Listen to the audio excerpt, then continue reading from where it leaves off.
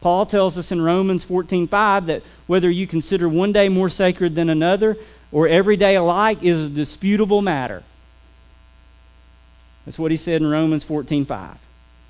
And so, the old covenant is fulfilled, the new covenant has come. Everything that was anticipatory or preparatory for the coming of Jesus Christ is now satisfied in the resurrection of Jesus Christ. When Jesus died on the cross and he rose again, it was done. There'll never be another sacrifice for sin. Jesus did it all. Jesus paid it all. The whole world changed. Everything's new. All things are made new. All things are in the process of becoming new through the resurrection of Jesus. So part of that is there's a new day to represent the reality that's brought into being by the resurrection of Jesus Christ. It was established. So it shifts from Sunday. It shifts from Saturday to Sunday because he rose again. And for them, get this would have been a great sacrifice in their culture. It was because, like I said, it was probably still a work day. And all of a sudden, hey, Sunday's the day we worship. Imagine this. Imagine if I announced today, hey guys, starting next week, we're going to start having our weekly corporate worship on Monday mornings at 10:30. And some of you would say, well, that'd be cool for you. You only work one day a week. Anyway, you can just kind of shift that around. Who said that?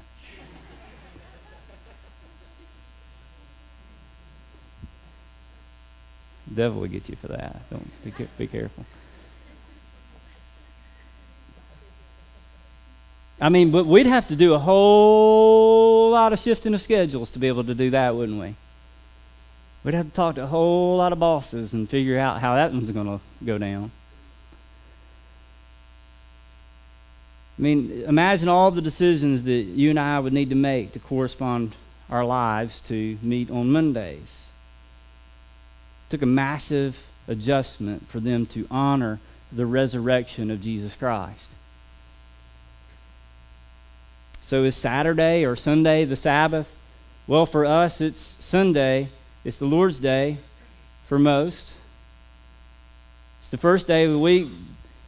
And I think the bottom line is we don't concern ourselves with as much with when we worship, but we concern ourselves with who we worship.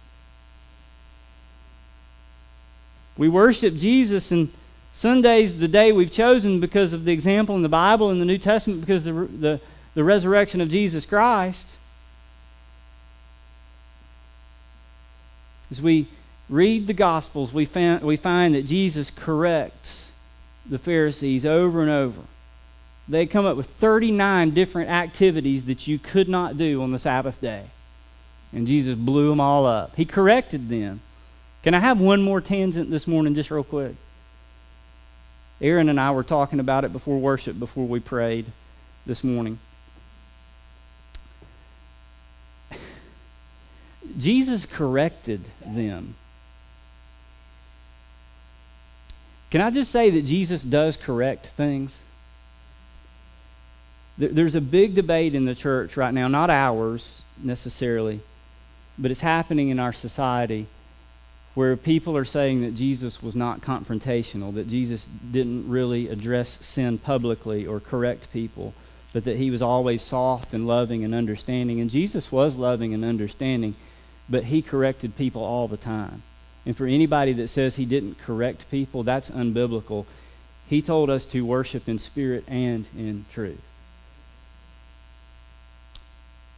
I'm done with that tangent. Matthew chapter 12, verses 1 through 8. Turn there with me for just a minute.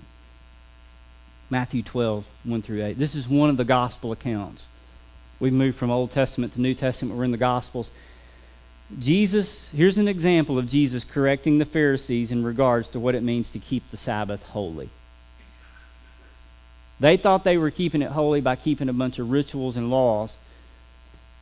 And they were trying to catch Jesus in doing it wrong. And here's what he said, Matthew 12, 1 through 8. It says, "At that time Jesus went through the grain fields on the Sabbath.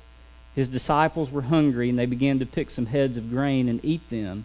And when the Pharisees saw this, they said to him, 'Look, your disciples are doing what's unlawful on the Sabbath.' And he answered, haven't you read what David did when he and his companions were hungry? He entered the house of God, and he and his companions ate the consecrated bread, which was not lawful for them to do, but only for the priests. Or haven't you read in the law that on the Sabbath the priests in the temple desecrate the day and yet are innocent?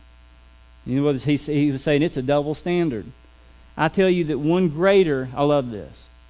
Jesus said, I tell you that one greater than the temple is here. If you had known what these words mean, I desire mercy, not sacrifice, you would not have condemned the innocent. For the Son of Man is Lord of the Sabbath. Could I just say it like you say it in Alabama? Jesus lowered the boom on them, y'all. He said, I desire mercy, not sacrifice. The Pharisees had taken that which was supposed to be a blessing, remember?